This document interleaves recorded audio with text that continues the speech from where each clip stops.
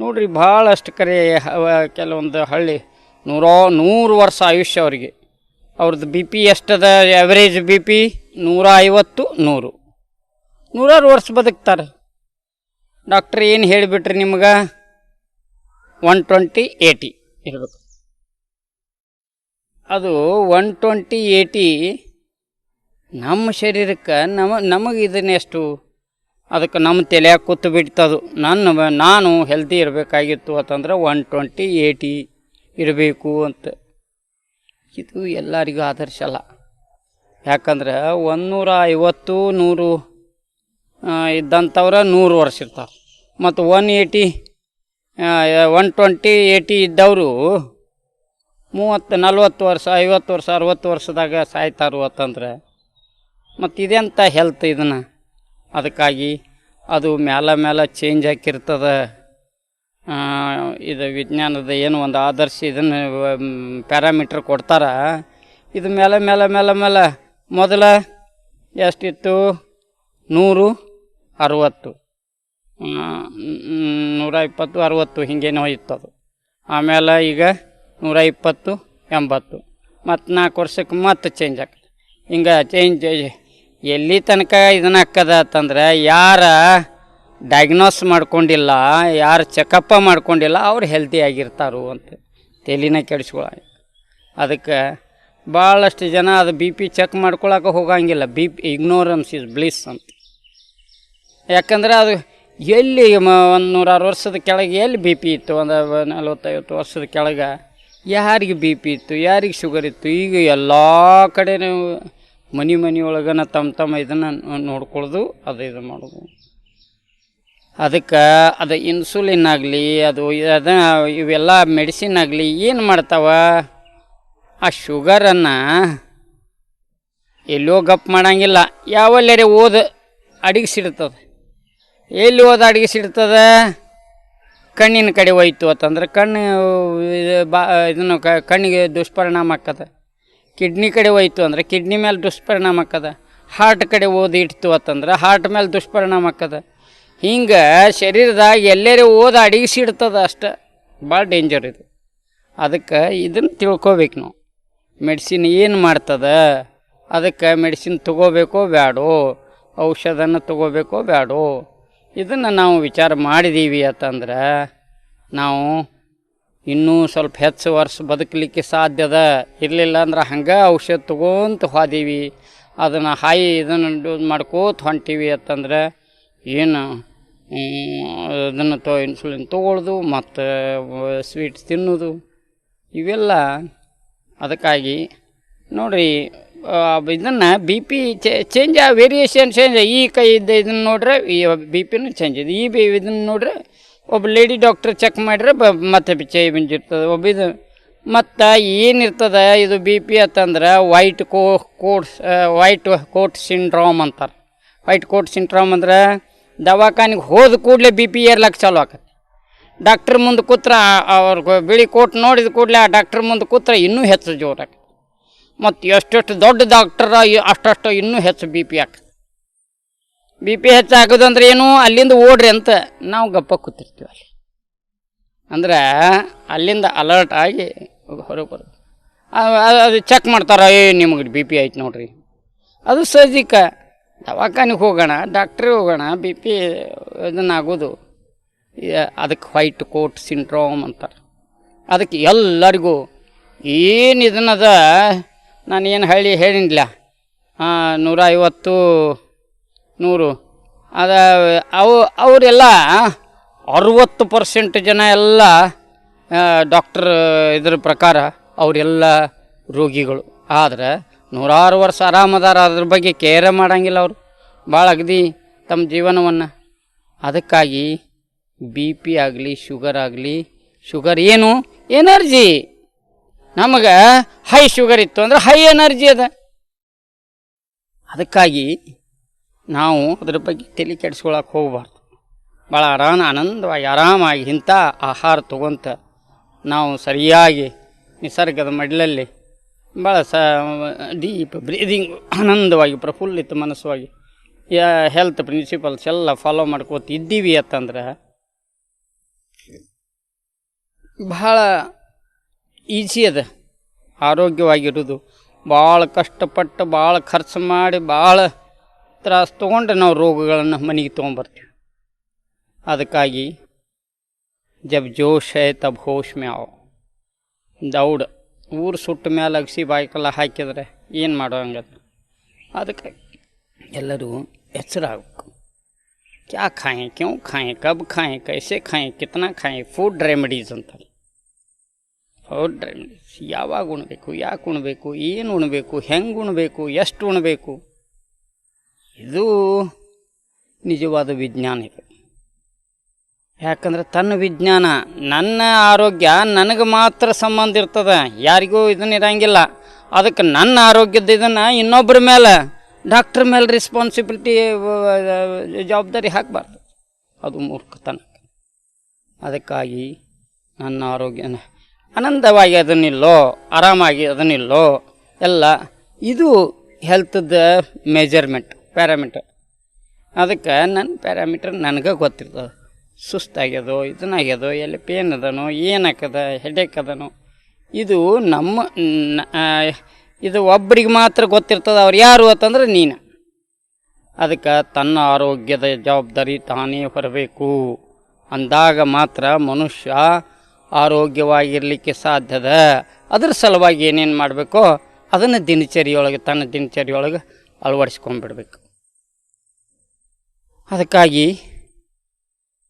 ನೋಡ್ರಿ, ದೇವರು ಎಲ್ಲ ನೋಡಿರಿ, ಯಾವುದೇ ಪಶು ಪಕ್ಷಿ ಪ್ರಾಣಿಗಳನ್ನು ತೋರಿ, ಮಂಗಗಳನ್ನು, ಇಲಿಗಳನ್ನು, ಯಾವುದೇ ಪ್ರಾಣಿಗಳಿಗೆ ಸಹಿತ ಎಂದೂ ಶುಗರ್ ಇಲ್ಲ, ಎಂದೂ ಬಿ ಪಿ ಬರೋಂಗಿಲ್ಲ, ಎಂದು ಹಾರ್ಟ್ ಅಂತೂ ಮೊದಲ ಗೊತ್ತಿಲ್ಲ ಅವಕ್ಕೆ, ಹಾರ್ಟ್ ಡಿಸೀಸ್ ಬರೋಂಗಿಲ್ಲ. ಮತ್ತು ಬರೀ ಮನುಷ್ಯನಿಗೆ ಯಾಕೆ ಬರ್ತಾವಪ್ಪ ಅಂತಂದ್ರೆ ಮನುಷ್ಯ ಪ್ರಕೃತಿಜನ್ಯ ಆಹಾರವನ್ನು ತೊಗೊಳಂಗಿಲ್ಲ. ಅವು ಹೆಂಗೆ ಭಾಳ ನೋಡಿರಿ ಎಷ್ಟು ಆನಂದವಾಗಿರ್ತಾವೆ, ಪ್ರಕೃತಿಯಲ್ಲಿ ಇದ್ದದ್ದ ಆಹಾರವನ್ನು ತೊಗೋತಾವೆ. ಹಂಗೆ ದನಗೊಳಗತ್ಲೆ ಇರ್ಬೇಕು. ನಾವು ದನಗಳಿಂದ ಕಲಿಬೇಕಿದ್ನ. ಅದಕ್ಕೆ ದನಗೊಳಗತ್ಲೆ ನಾವು ಇದ್ದೀವಿ, ಪಶು ಪಕ್ಷಿ ಪ್ರಾಣಿಗಳಿಗತ್ಲೆ ನಮ್ಮ ಜೀವನವನ್ನು ವ್ಯತೀತ ಮಾಡಿದ್ದೀವಿ ಅಂತಂದ್ರೆ ನಾವು ಸಹಿತ ಆರೋಗ್ಯವಾಗಿರಲಿಕ್ಕೆ ಸಾಧ್ಯದ. ತಿನ್ನಿರಿ ತರಕಾರಿ, ಏನು ತೊಪ್ಪಲು ಪಲ್ಯ, ಇದು ಚೆನ್ನಾಗಿ 350 ಗ್ರಾಮ್ ತೊಪ್ಪಲು ಪಲ್ಯ ತಿಂದ್ರೆ ಒಂದು ಒಳ್ಳೆ ಐರನ್ ಕಂಟೆಂಟ್ ಅದ್ರಾಗ ಸಿಗ್ತದೆ. ಭಾಳಷ್ಟು ವಿಟಮಿನ್ಸ್, ಮಿನರಲ್ಸು ಸಿಗ್ತಾವೆ. ಹಣ್ಣು ತಿನ್ನಿರಿ, ಇದನ್ನು ತಿನ್ನಿರಿ, ನಟ್ಸ್ ತಿನ್ನಿರಿ.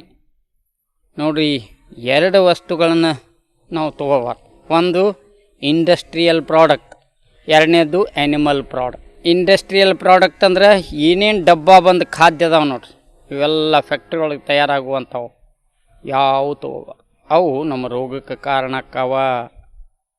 ಅದಕ್ಕಾಗಿ ಅವತ್ರ ನೀವೆಲ್ಲ ಪಟ್ಟಿ ಮಾಡಿರಿ. ಏನು ಕಾರ್ಖಾನೆಯೊಳಗೆ ಮಷಿನ್ ಮೇಲೆ, ಇದ್ರ ಮೇಲೆ ಏನೇನು ತಯಾರಾಗ್ತದ ಅದು ಎಲ್ಲವೂ ನಮ್ಮ ದೇಹಕ್ಕೆ ಅಪಾಯದ. ಯಾಕಂದ್ರೆ ಎಲ್ಲ ಅದರಂದೇ ಸತ್ವವನ್ನು ತೆಗೆದ 0 ಕ್ಯಾಲರೀಸ್, ಡೆಡ್ ಇದನ್ನಿರ್ತದೆ. ಅದಕ್ಕೆ ಡಬ್ಬ ಬಂದಾಗಲಿ, ಪಾಕೆಟ್ ಬಂದಾಗಲಿ. ಆಮೇಲೆ ಆ್ಯನಿಮಲ್ ಪ್ರಾಡಕ್ಟ್ ಅಂದ್ರೆ ಈವನ್ ಮಿಲ್ಕ್ ಆ್ಯಂಡ್ ಕರ್ಡ್, ಹಾಲು, ಮೊಸರು ಸಹಿತ ನಮಗೆ ಅದು ಎದಕ್ಕೆ ಆಹಾರ? ಕರಿಗೆ ಆಹಾರ. ಆಕಳದ ಹಾಲು ಆಕಳ ಕರಿಗೆ ಆಹಾರ. ಆದರೆ ನಮಗಲ್ಲ. ಅದಕ್ಕಾಗಿ ನಾವು ಏನು ಮಾಡಬೇಕು ಅಂದರೆ, ಇನ್ನು ನಟ್ಸ್ ಒಂದು 8-10 ಬಾದಾಮ್ ನೆನಾಕಿ ಅದನ್ನು ಚೆಂದಂಗೆ ಗ್ರೈಂಡ್ ಮಾಡಿ ಅದಕ್ಕೊಂದು 100-200 ಗ್ರಾಮ್ ಬಿಸಿನೀರು ಹಾಕಿ ಕಡ್ದು ಅದರ ಹಾಲು ಮಾಡಿ ಇನ್ನು ತೊಗೊಳ್ರಿ. ಶೇಂಗಾದ ಹಾಲು ತೊಗೊರಿ, ಸೋಯಾಬೀನ್ ಹಾಲು ತೊಗೊರಿ, ಹೆಸರಿನ ಹಾಲು ತೊಗೊಳ್ರಿ, ಅದರದ ಮೊಸರು, ಮಜ್ಜಿಗೆ ಇದನ್ನು ತೊಗೊರಿ. ಆ್ಯನಿಮಲ್ ಪ್ರಾಡಕ್ಟ್ ಮತ್ತು ಇಂಡಸ್ಟ್ರಿಯಲ್ ಪ್ರಾಡಕ್ಟ್ಸ್ ನಾವು ತೊಗೊಳ್ಬಾರ್ದು. ಇವು ತೊಗೊಂಡೀವಿ ಅಂತಂದ್ರೆ ನಮ್ಮ ಶರೀರಕ್ಕೆ ಕೊಲೆಸ್ಟ್ರಾಲ ಇತ್ಯಾದಿ ರೋಗಗಳು ಚಾಲು ಆಕ್ಕಾವ. ಇವು ಉಳಿದು ಏನದ fruits, nuts, sprouts, green vegetables, green leaves, ಇವು ಏನು ಇದನ್ನದಾವ ನ್ಯಾಚುರಲ್ ಪ್ರಾಡಕ್ಟ್, ಪ್ರಕೃತಿಜನ್ಯ ಏನೇನದಾವ ಇವು ನಮಗೆ ಆರೋಗ್ಯದಾಯಕ ಆಹಾರಗಳು. ಅದಕ್ಕಾಗಿ ಇದನ್ನು ಮನುಷ್ಯ ಸ್ವಲ್ಪ ಪ್ರಯೋಗ ಮಾಡಿ ನೋಡ್ರಿ. ಬರೀ 3 ದಿವಸ ನೀವು ಈ ರೀತಿ ನಾವು ಹೇಳ್ದಂಗೆ ಆಹಾರ ತೊಗೊಂಡ್ರೆ ನೋಡ್ರಿ, ನಿಮ್ಮ ಇದರಾಗ ಎಷ್ಟೊಂದು ಬದಲಾವಣೆ ಆಗ್ತದೆ. ಅದಕ್ಕೆ ನೀವು ಎಲ್ಲ ಔಷಧಗಳನ್ನು ನೀವೇನು ತೊಗೊಳ್ತಾ ಇದ್ದೀರಿ ಈಗ, ಎಲ್ಲ ಔಷಧ ಗುಳಿಗೆ ಇಂಜೆಕ್ಷನ್ನ ಎಲ್ಲ ಬಿಟ್ಟು ಆರಾಮಿರ್ಬೋದು. ಈ ಪ್ರಕೃತಿ ಆಹಾರ ಮೇಲನ ಎಲ್ಲ ಔಷಧಗಳನ್ನು ಬಿಟ್ಟು ಬರೀ ಈ ಔಷಧ ಏನು ಪರಮಾತ್ಮ ಕೊಟ್ಟ ಈ ಪಂಚಮಹಾಭೂತಗಳಿಂದ ಏನು ಸಂಸ್ಕರಿಸಲ್ಪಟ್ಟಂಥ ಇದು ಏನು ಅದ್ಭುತವಾದಂಥ ಸೃಷ್ಟಿ ನಮಗೇನು ರೆಡಿ ಫುಡ್ ಏನು ಕೊಟ್ಟದ, ಅದ್ರಾಗ ನೋಡ್ರಿ ಬಿಸಿಲಿನಿಂದ ಹಣ್ಣು ಆಯಿತು ಅಂತಂದ್ರೆ ಅದಕ್ಕೆ ಕೆಂಪು ಬಣ್ಣ ಅಥವಾ ಹಳದಿ ಬಣ್ಣ ಬಂದು ಬಿಟ್ಟಿರ್ತದೆ. ಆ ಬಣ್ಣ ಎದರದಪ್ಪ ಸಂಕೇತಪ್ಪ ಅಂದ್ರೆ ಅದ್ರಾಗೆಲ್ಲ ಡಿ ವಿಟಮಿನ್ ತುಂಬಿಬಿಟ್ಟಿರ್ತದೆ. ಏನು ವಿಟಮಿನ್ ಮಿನರಲ್ಸ್ ಅದು ಏನೇನು ಹಳದಿ ಗಾಬಿರ್ತಾವೆ ಅದ್ರಾಗೆಲ್ಲ ಎ ವಿಟಮಿನ್ ಫುಲ್ ಇರ್ತದೆ. ಅದಕ್ಕೆ ಔಷಧದ ಭಂಡಾರನ ಏನು ಪೋಷಣೆಗಳ ಭಂಡಾರನ ಇರ್ತದೆ ಅದ್ರಾಗ, ಮತ್ತು ರೆಡಿ ಇರ್ತದೆ. ಅದ್ರಾಗ ಏನು ಇದನ್ನಿರಂಗಿಲ್ಲ. ಇಂಥದ್ದು ಇದನ್ನು ಬಿಟ್ಟು ಅದ್ಭುತವಾದಂಥ ಶಕ್ತಿದಾಯಕವಾದಂಥ ಚೈತನ್ಯ ಕೊಡುವಂಥ ನಮಗೆ ಒಂದು ಸ್ಫೂರ್ತಿಯನ್ನು ಕೊಡುವಂಥ ಏನು ಆಯು ಸತ್ವ ಬಲ ಆರೋಗ್ಯ ಪ್ರೀತಿ ವಿವರ್ಧನ ಅಂತ ಶ್ರೀಕೃಷ್ಣ ಹೇಳ್ತಾ ಇದೆ. ಇಂಥ ಸಾತ್ವಿಕ ಆಹಾರವನ್ನು ತಗೊಳ್ಳೋದು ಕಂದ ಮೂಲ ಫಲ ಅಂಕುರಿತ ಧಾನ್ಯ ಇಂಥ ಸಾತ್ವಿಕ ಆಹಾರವನ್ನು ರಸಯುಕ್ತವಾದಂಥ ಸ್ನಿಗ್ಧವಾದಂಥ ರಸ ಸ್ನಿಗ್ಧ ಸ್ಥಿರ ಹೃದಯ ಯಾವುದು ನಮಗೆ ತೃಪ್ತಿಯನ್ನು ಕೊಡ್ತದೆ, ಯಾವ ಸ್ವಾದಿಷ್ಟ ಇರ್ತದೆ, ಮತ್ತು ನಮಗೆ ಲೈಕ್ ಹಾಕಿರ್ತದೆ, ನಮ್ಗೆ ಅತ್ಯಂತ ಪ್ರೀತಿ ತಿನ್ಲಾಕ ಪ್ರೀತಿ ಅನ್ನಿಸ್ತದೆ. ನೋಡ್ರಿ ಖಾರ ಉಪ್ಪು ತಿರ್ತೀರಿ, ಆ ಉಪ್ಪು ತಿಂದ ಮೇಲೆ ನೀರು ಕುಡಿಬೇಕಾಗ್ತದೆ. ನೀವು ಉಪ್ಪು ಉಪಯೋಗ ಮಾಡ್ಲಾಯ್ತೀರಿ ಅಂದ್ರೆ ಗುಳಿಗಿನೂ ಉಪಯೋಗ ಮಾಡಬೇಕಾಗ್ತದೆ.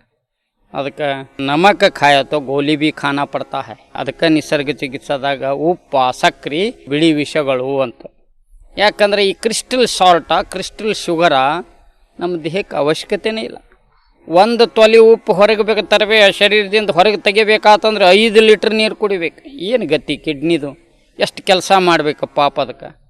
ಅದಕ್ಕಾಗಿ ಈ ಶರೀರವನ್ನು ಕಾಯಗುಣ ವಿವರಿಸಬಲ್ಲಡೆ ಕಾಯದ ಸಂಘವೇ ಲೇಸು ಕಂಡಯ್ಯ ಅಂತಾರೆ ಅಕ್ಕುಮಾದೇವಿ ತಾಯಿಯವರು. ಅದಕ್ಕೆ ನಮ್ಮ ಶರೀರವನ್ನು ತಿಳ್ಕೊಂಡು ನಾವು ಆಹಾರವನ್ನು ತೊಗೊಂಡೀವಿ ಅಂತಂದ್ರೆ ನೋಡಿರಿ ಯಾವ ಹಾನಿ ಯಾವ ಉಪ್ಪು ತಿಂತದೆ ಭಾಳ ನೀವು ಏನು ರುಚಿ ಏನು ನಾಲಿಗೆ ಏನು ರೂಢ ಕೆಡುತ್ತೀರಿ ಅದನ್ನು. ನಾನು ಭಾಳ ಸಲ ಹೇಳೀನಿ. ನಾನು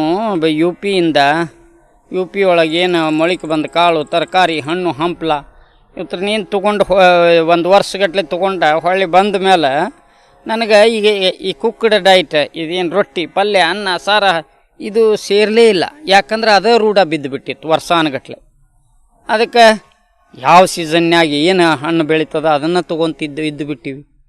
ಮತ್ತು ಮೊಳಕೆ ಬಂದ ಕಾಳು ತರಕಾರಿ ಹಣ್ಣು ಹಂಪಲ ಇವತ್ತರನ್ನ ಅದಕ್ಕೆ ನೀವು ಪ್ರಯತ್ನ ಮಾಡಿರಿ.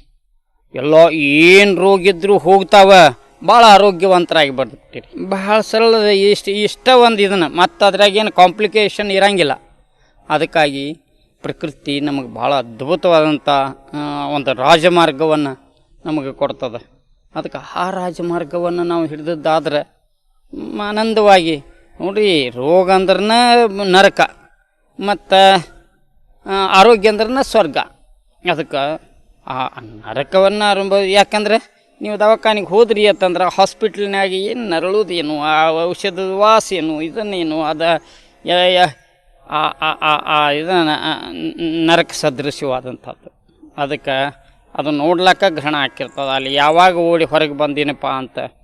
ಅದಕ್ಕಾಗಿ ನಾವು ಆ ಹಾಸ್ಪಿಟ್ಲ್ಗಳಿಂದ ನೋಡ್ರಿ ಅಲ್ಲಿ ಆರೋಗ್ಯವಂತರ ಅಲ್ಲಿ ಹೋದೀವಿ ಅಂತಂದರೆ ರೋಗಿಯಾಗಿ ಬರ್ತೀವಿ. ಅಲ್ಲಿ ವಾಸನೆ, ಅಲ್ಲಿ ವಾತಾವರಣ, ನಿಸರ್ಗದ ಮಡಿಲಲ್ಲಿ ಪ್ರಶಾಂತ ವಾತಾವರಣ, ಇಂಥ ಅದ್ಭುತವಾದಂಥ ಇದನ್ನು ಡೀಪ್ ಬ್ರೀದಿಂಗ್ ಇದನ್ನು ಮಾಡ್ಕೋತಿದ್ದು ನೋಡ್ರಿ. ಏಕ ಹವಾ ಸೌದವ ಅಂತಾರೆ. ಇಂಥ ಡೀಪ್ ಬ್ರೀದಿಂಗ್ ಅದು ಸೌಭಾಗ್ಯ.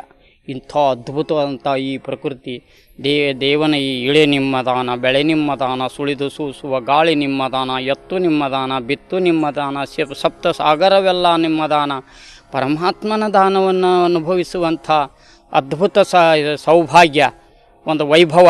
ಇದ್ರ ಮುಂದೆ ಯಾವ ಸುಖ ಅದ? ಅದಕ್ಕೆ ಋಷಿ ಮುನಿಗಳೆಲ್ಲ 100 ವರ್ಷ ಬದುಕಿ ಶತಾಯುಷಿಗಳಾಗಿ ಬದುಕಿ ಎಂಥಿಂಥ ಉಪನಿಷತ್ತುಗಳನ್ನು ಬರೆದ್ರು.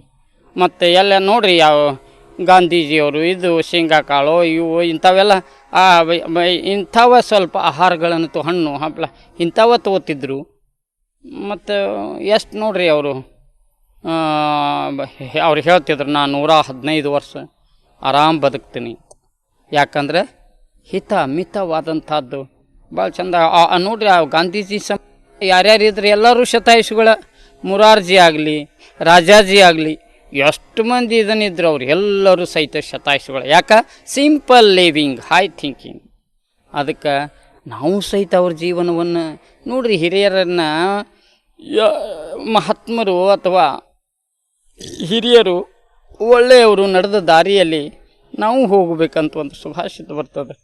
ಅದಕ್ಕೆ ನಾವು ಸಹಿತ ಅವರ ಜೀವನವನ್ನು ನೋಡಿ ಕಲಿಬೇಕು. ಯಾಕಪ್ಪ ಇವರು ದೀರ್ಘಾಯುಗಳಾಗಿ ಯಾಕೆ ಬದುಕಿರು, ಏನ ಇವರ ಆಹಾರ ವಿಹಾರ ಏನಪ್ಪ ಚಟುವಟಿಕೆ ಅಂಥೇಳಿ ನಮಗೂ ಸ್ವಲ್ಪ ಮನುಷ್ಯನಿಗೆ ದೇವರು ಮನುಷ್ಯನಿಗೆ ವಿಶೇಷವಾದ ಶಕ್ತಿಗಳನ್ನು ಕೊಟ್ಟಾನ, ವಿಚಾರ ಮಾಡುವಂಥ ಶಕ್ತಿ ಕೊಟ್ಟಾನ, ವಿವೇಕವನ್ನು ಕೊಟ್ಟಾನ.